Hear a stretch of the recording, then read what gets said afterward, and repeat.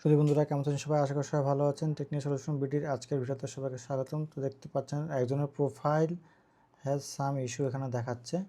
তো ইস্যু দেখার কারণ হলো গিয়ে সে কোনো সমস্যা করছে, কোনো এক ধরনের পোস্ট দিয়েছে, যে পোস্টের কারণে তাকে ভায়োলেশন ধরছে। যেমন আমার একটা জিনিস শেয়ার করি আপনাদেরকে। আমি একটি বিকাশের স্ক্রিনশট ইউজ করছিলাম, তো ওটা পোস্ট করছি একটা গ্রুপে।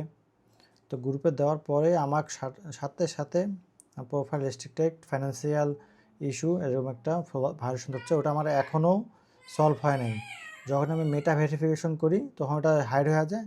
আবার যখন আমি এটা মেটা ভেরিফাই 1 মাস পর যা দেখি যে প্রথমে যখন সাবস্ক্রিপশন ছিল তখন দেখি যে ওটা আমার হাইড হয়ে গেছে, এরকম প্রোফাইলের সামনে ইস্যু, তো ওটা হাইড হয়ে গেছে। পরবর্তীতে যখন আমার সাবস্ক্রিপশন আমি বাতিল করে দিই 1 মাস পর আর রিনিউ করি না, তখনকার দেখি যে আবার সেই ইস্যুটা আমার আবার চলে এসেছে। তার দেখতে পাচ্ছেন রিচ ভালো, কন্টেন্ট ভালো হতে পারে। তো ওটার জন্য আপনার মেটা ভেরিফাই করে রাখবেন, মানে আপনার নামটাকে ব্লু টিক মার্ক করে রাখবেন সাবস্ক্রিপশন, তাহলে আপনার এই অপশনটা দেখাবেন, তখন আপনি মনিটাইজেশনের জন্য অ্যাপ্লাই করতে পারবেন।